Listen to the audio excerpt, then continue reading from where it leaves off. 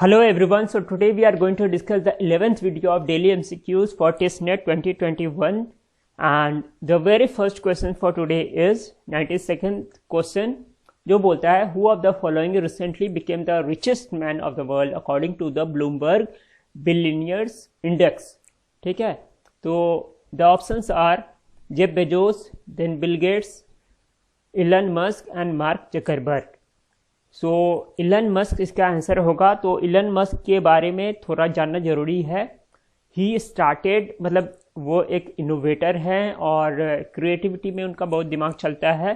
ठीक है, तो सबसे पहले जब उन्होंने स्टार्ट किया था तो पेपाल करके एक पेमेंट गेटवे बनाया था। ठीक है, पेपाल आज भी यूज़ होता है, तो उससे एसोसिएटेड रहे थे।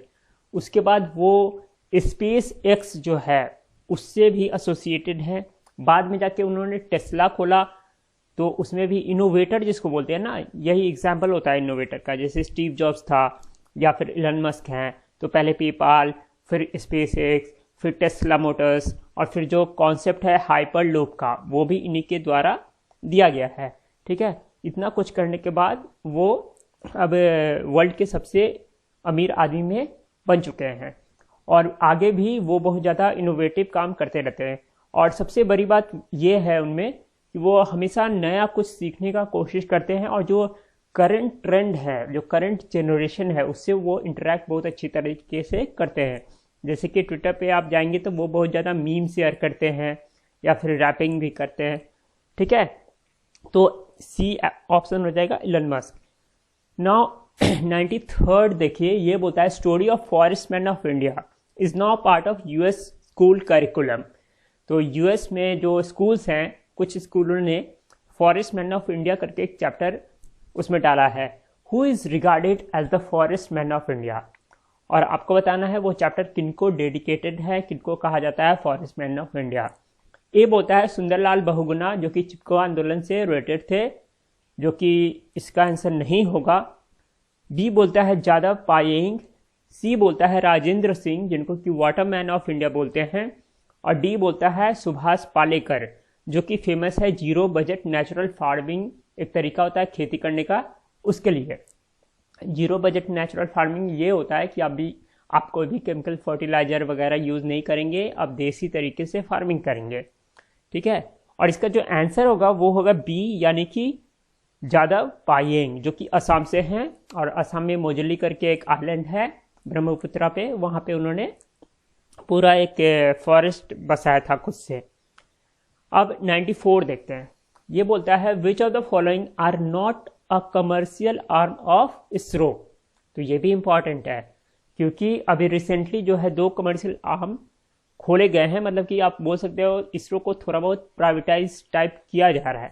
ठीक है, इसरो को टोटली नहीं किया जा रहा है, बल्कि उसके प्राइवेटाइज्ड कुछ फंक्शंस होंगे जो बांटे जाएंगे। तो पहला बोलता है एंट्रिक्स, दूसरा बोलता है NSIL यानी कि New Space India Limited, then C says in space and D says Agnikul Cosmos. तो इनमें से कौन नहीं है ये पूछा है, ये इंपॉर्टेंट हो जाता है, नहीं, नॉट। तो इसका आंसर होगा अग्निकुल कॉस्मोस जो कि एक कंपनी है, प्राइवेट कंपनी है। कहाँ की है? मद्रास की है। उसके बाद है मद्रास मतलब चेन्नई। 95th क्वेश्चन ये बोलता है the 2+2 dialogue is often in news. It is a delegation of, मतलब कि 2+2 डायलॉग जब होता है जो कि यूएस और इंडिया के बीच हुआ, जापान के साथ भी होने की बात हो रही है, तो ये जो डेलीगेशंस आते हैं 2+2 में वो कौन से 2 लोग होते हैं? तो ये होम मिनिस्टर और फाइनेंस मिनिस्टर होते हैं, जो कि इनकरेक्ट होगा। बी कहता है कि फाइनेंस मिनिस्टर होते हैं, फिर डिफेंस मिनिस्टर होते हैं, ये भी इनकरेक्ट होगा। तीसरा बोलता है यानी कि सी ऑप्शन डिफेंस मिनिस्टर होते हैं उसमें, और एक्सटर्नल अफेयर मिनिस्टर होते हैं। और डी कहता है finance minister and external affair minister. तो सी और डी थोड़ा कंफ्यूजिंग है, लेकिन इसका आंसर क्या होगा? आपको सी होगा, यानी कि defence minister and external affair minister. ठीक है, S जयशंकर एंड निर्मला सीतारमन, ये दोनों 2 लोग उसमें पार्टिसिपेट करेंगे या करते हैं। अब देखिए 96th क्वेश्चन ये बोलता है the boxer who recently won gold at Cologne World Cup in Germany. तो जर्मनी में वर्ल्ड कप हुआ है बॉक्सिंग का, उसमें किसने गोल्ड मेडल जीता है, ये क्वेश्चन है। तो विजेंद्र सिंह तो नहीं होंगे, then Amit Panghal and Shiva Thapa and Manish Kaushik में आपको चूज करना है, जो कि थोड़ा कंफ्यूजिंग हो सकता है। तो बेसिकली इसका जो आंसर होगा वो होगा अमित पंघल, ठीक है। तो ये लास्ट मंथ ही हुआ है, इसलिए आपको पता होना चाहिए, आप सर्च कर लीजिएगा इसको, ठीक है। अमित पंघल तो हैं ही जो गोल्ड मेडल जीते हैं, एक और संजीत कुमार करके भी हैं जिन्होंने भी गोल्ड जीता है। उसके बाद है who is the author of the book a burning which featured in 100 selected books by the New York times. और ये इंडियन राइटर द्वारा है। इसमें बताया किया गया है एक टेररिस्ट अटैक होता है, उसके बाद जो एक इनोसेंट इंसान होता है उसका लाइफ कैसे हेल हो जाता है। हमारे यहाँ जब भी टेररिस्ट अटैक होता है तो पता ही होगा आपको क्या होता है, एक पर्टिकुलर कम्युनिटी पे मतलब ज़बरदस्ती चार्ज लगा के उसको बहुत सारे एक्ट बनाए गए हैं, युवापा तुआपा, उसके अंदर उनको जेल में डालते हैं। तो उसी के ऊपर उसी टाइप का ये है बुक, ठीक है। तो किसने लिखा है? पहला है समित बासु, दूसरा है जीत थाइल। जीत थाइल आपको कौन है ये पता होना चाहिए, इनका बहुत फेमस एक नॉवल था, बहुत पहले आया था, आई थिंक 2012 के आसपास में आया था, बहुत फेमस हुआ था, वो है नार्कोपोलिस, ठीक है। सी बोलता है मेघा मजुमदार और डी बोलता है अमिताभ घोष। अमिताभ घोष का भी एक नॉवल आया है गन आइलैंड, ठीक है। जबकि इसका आंसर होगा मेघा मजुमदार, जो कि फर्स्ट टाइम राइटर हैं, ठीक है, फर्स्ट टाइम राइटर है, यानी कि उनका डेब्यू बुक है ये अ बर्निंग।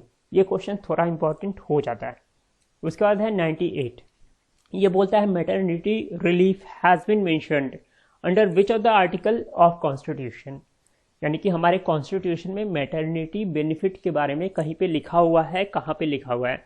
तो मैंने पहले ही बताया था DPSP आपके लिए बहुत ज़्यादा ज़रूरी है, अगर आप खासकर HR और LR मतलब ले रहे हैं कोर्स, तो क्योंकि उसमें लेबर रिलेशंस या फिर लेबर का क्या रोल होना चाहिए, पार्टिसिपेशन होना चाहिए कि नहीं होना चाहिए मैनेजमेंट में, उनका लिविंग वेज मिलना चाहिए कि नहीं, और equal pay for equal work होना चाहिए कि नहीं, ये सारी बातें दी गई हैं DPSP में। तो DPSP मेरे ख्याल से आप कॉन्स्टिट्यूशन का एक ऐप डाउनलोड कीजिए और कम से कम DPSP जो है वो सारा पढ़ जाइए, जो कि पार्ट 4 ऑफ द कॉन्स्टिट्यूशन है, ठीक है। ऑप्शन देखते हैं। आर्टिकल 40 बोलता है, जो कि मैंने पहले भी डिस्कस किया हुआ है, पंचायती राज से डील करता है ये, तो ये तो नहीं होगा। 42 जो होगा वो इसका आंसर होगा, यानी कि मैटरनिटी बेनिफिट एक्ट जो है 42 आर्टिकल में दिया गया है। The state shall make provision for securing just and humane condition of work and for maternity relief. जबकि सी बोलता है 43, तो 43 लास्ट टाइम मैंने डिस्कस किया था कि वो कॉन्सेप्ट देता है लिविंग वेज का, और 44 जो है वो यूनिवर्सल सिविल कोड की बात करता है। उसके बाद है 99, ये भी इंपॉर्टेंट है। Annihilation of caste is the book written by. पहला बोलता है पेरियार, दूसरा बोलता है अंबेडकर, तीसरा बोलता है जगजीवन राम, जो कि हमारे डिप्टी प्राइम मिनिस्टर रह चुके हैं, और डी बोलता है आनंद तिल तुमडे, जिनको अभी जेल में रखा गया है, ठीक है। तो इनमें से कौन सा सही आंसर होगा? तो इसका आंसर होगा BR अम्बेडकर, ठीक है। उसके बाद 100 देखते हैं। Who was the leader of 1857 revolt at Lucknow. तो ये चूँकि हिस्ट्री से मैंने बताया था कि मॉडर्न इंडिया से क्वेश्चन आते हैं और लगभग 4-5 के आसपास आते हैं, और ज़्यादातर डेट्स से आते हैं, या फिर आपको जो मेगा इवेंट है, जो बहुत इंपॉर्टेंट इवेंट है, उसी से आएंगे। आपको कंफ्यूज करने वाला ऐसा क्वेश्चन नहीं देंगे जो आपसे होगा ही नहीं, ठीक है। मतलब UPSC टाइप नहीं होगा, बहुत ईजी होता है।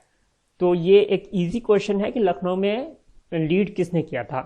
ए बोलता है नाना साहब। नाना साहब ने कहाँ किया था? कानपुर में किया था, ठीक है। बी बोलता है बख्त खान, उन्होंने दिल्ली में किया था, दिल्ली में जो रिवोल्ट हुआ था उसके लीडर बख्त खान थे। सी बोलता है बेगम हजरत महल, जो कि सही होगा, बेगम हजरत महल ने लीड किया था लखनऊ में, और कुंवर सिंह ने किया था, मतलब आरा बोलते हैं उसको, बिहार में, ठीक है। अब 101वां क्वेश्चन बोलता है by sending corona virus vaccines abroad India enters V5। ये न्यूज़ था, ठीक है। V5 है क्या? The world's exclusive vax power club. यानी कि वैक्सीन पावर क्लब करके एक ग्रुप है जिसमें 5 कंट्रीज हैं। Who of the following is not a member of V5? तो बहुत आसान है इसको याद करना कि वो V5 कंट्रीज कौन है। पहला तो USA होगा, दूसरा UK होगा, तो U for USA, U for UK, ठीक है, यूनाइटेड किंगडम और यूनाइटेड स्टेट्स ऑफ अमेरिका, ये दोनों हो गया। दूसरा जो है वो दोनों मतलब सोशलिस्ट कंट्री हैं। कौन कौन है? Russia and China.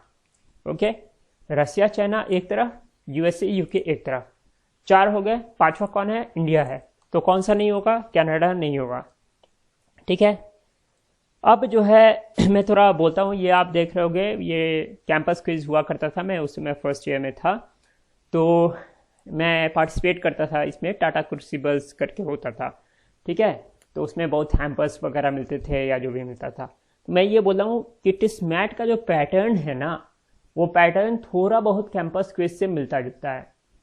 तो मैं एक बात बोलूँगा कि आप में से जिसको भी मेमोरी बेस्ड थोड़ा बहुत याद हो क्वेश्चन टिस्मैट का, आप टॉपिक्स को कमेंट सेक्शन में अगर लिख सकते हो तो लिखो, लास्ट ईयर का टॉपिक को। अगर आप लिखोगे तो मुझे कुछ आइडिया मिलेगा, तो मैं उस पर एक वीडियो उसी के तरह का बनाऊंगा, 1 या 2 3 4 वीडियो बनाऊंगा, जिससे आपको बहुत ज़्यादा हेल्प होगा। और इसका वेटेज ज़्यादा है, 40% है एग्ज़ाम में, इसलिए ये ज़्यादा इम्पॉर्टेंट हो जाएगा। और दूसरी बात ये कि उसमें आपको वैट भी होगा। वैट का मतलब होता है रिटन आपका टेस्ट होगा थोड़ा 10 मिनट का। तो टिस्मैट और टिस्वैट के लिए जो वीडियोस बनेंगे या जो मटेरियल जो भी कुछ बनेगा, वो शेयर एक्सक्लूसिवली किया जाएगा उनको जिन्होंने डोनेट किया हुआ है। बहुत सारे लोगों ने डोनेट किया हुआ है पहले से, और कुछ लोगों ने नहीं किया है, वो करना चाह रहे थे, किसी कारण से नहीं कर पाए, कोई बात नहीं, ठीक है। तो मेरा ये कहना है कि this is exclusive thing and this will be send to only those people who have donated. और मेरा बहुत अच्छा एक्सपीरियंस है। ये तो फर्स्ट ईयर का फ़ोटो है, मैं उसके बाद भी टाटा क्रूसिबल्स में रेगुलर जाता था, और अच्छा खासा एक्सपीरियंस है कि किस तरह के क्वेश्चंस आते थे। तो जो आपको जीके का क्वेश्चन आएगा, कुछ क्वेश्चन आपको उस टाइप का होगा ही होगा, और कुछ क्वेश्चन जो उस टाइप का नहीं होगा उसके लिए लास्ट ईयर क्वेश्चंस को एनालाइज करके फ्रेम करना होगा। तो यही बात है। और दूसरा एक और कि जो रिटन टेस्ट होगा उसके लिए भी आपको कौन से टॉपिक प्रिपेयर करने चाहिए, कैसे करना चाहिए, उस पर आपको गाइडेंस मिल जाएगा। Okay, but only to those people who have donated. So this was all for today. Thank you, thanks for watching.